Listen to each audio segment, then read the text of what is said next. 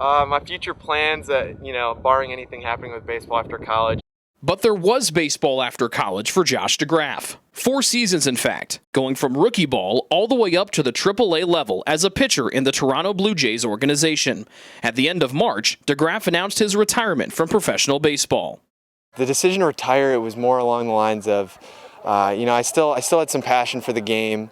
It is a business, so you kind of see how it's run, and once you start getting to where I was at in Double and AAA, it starts to become, you see you're going to get stopped by some prospects. You're not going to stop them from going to the majors. So I had to kind of reassess, do I want to spend 3 to 5 years longer to try to get to the big leagues, and whether or not that's worth a cup of coffee. And to me, that's not my identity. So getting married and moving to the next season of life just seemed like the right decision for me. During his time in Upland, DeGraaf was a 3-time Crossroads League Pitcher of the Year, won 29 games, and struck out 258 batters. DeGraaf says his time in the purple and gold helped shape his work ethic. Being at Taylor, I know they say that, oh, Taylor's a bubble. You hear that a lot. But honestly, it's such a great area for growth and just nurturing, not only spiritually, but physically, mentally, in sport and athletics. So I think I really found who I was here, and that helped me know exactly who I was when I got into pro ball. Just a small story. The first week I was in pro ball, I was running with a few guys, and I was running my hardest, trying to beat everyone. I knew that I needed that to be the best I was going to be. And I remember a couple of them being like, "Don't be a hero, man. Don't make us look bad." And I'm like, "Guys, listen, I'm not trying to make you look bad. This is what I have to do to be better." And I already know that because of what I kind of learned here and when I learned about myself and what made me successful, because once you have one successful season, you can kind of build on that, and luckily I had 3, so it was great. The Illinois native would find success in the pros too, winning 22 games and recording 312 strikeouts in his 4 seasons. But for DeGraaf, his lasting memories are the relationships he built with his teammates. I had a ball.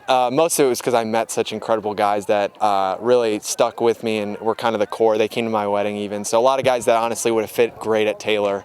And I had a ball. And the last 2 seasons we won the high championship and the AA championship.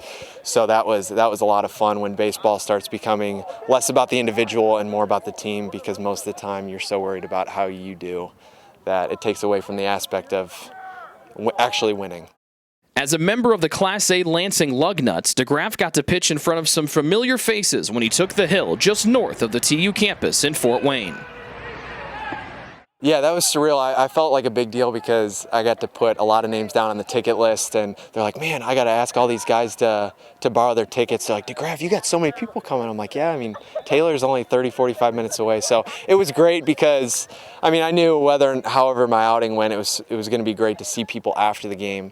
And seeing Coach Gould in the stands and seeing everyone in the stands, it just kind of brought me back a little bit, kind of eased my tension, just remembering when baseball was just a game, just more fun than just a business. So that was great. That's one of my best memories, is pitching at Fort Wayne.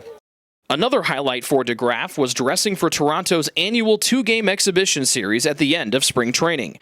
And DeGraaf didn't do this just once, he did it twice.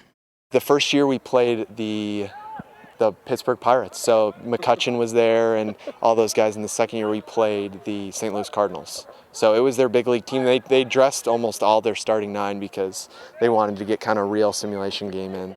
And they put us up in the Ritz-Carlton, and I really got the big league treatment.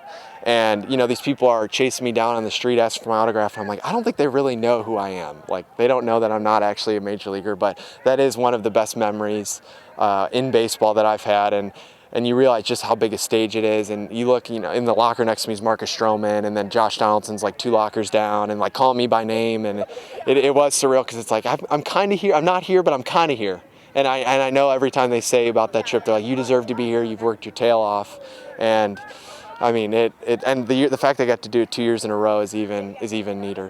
In April, DeGraaf had the opportunity to return to TU, watch this year's Trojan squad, and catch up with some of his old teammates. It was awesome, and I was walking with my wife who's never really been here. She went to University of Missouri, so it's interesting to show her a small campus, and she knows how much this place means to me, so you could see in her eyes that she really enjoyed the trip. But it's interesting because the campus only keeps growing, getting nicer. I never saw the student union before, and even the press box in the baseball field just looks so beautiful. And I realized all this stuff's great, and I love it. But it's really the people, and that's why coming back with these people, it just made such a difference, because they're really like Taylor. When I think about Taylor sometimes, is my teammates and just the experiences I had. So I mean, to answer that, they mean everything. So it's great to connect with them, and I really do miss playing with them when we watch baseball, baseball on this field. Reporting from Winterholder Field, Rick Johnston, Trojans Sports Network.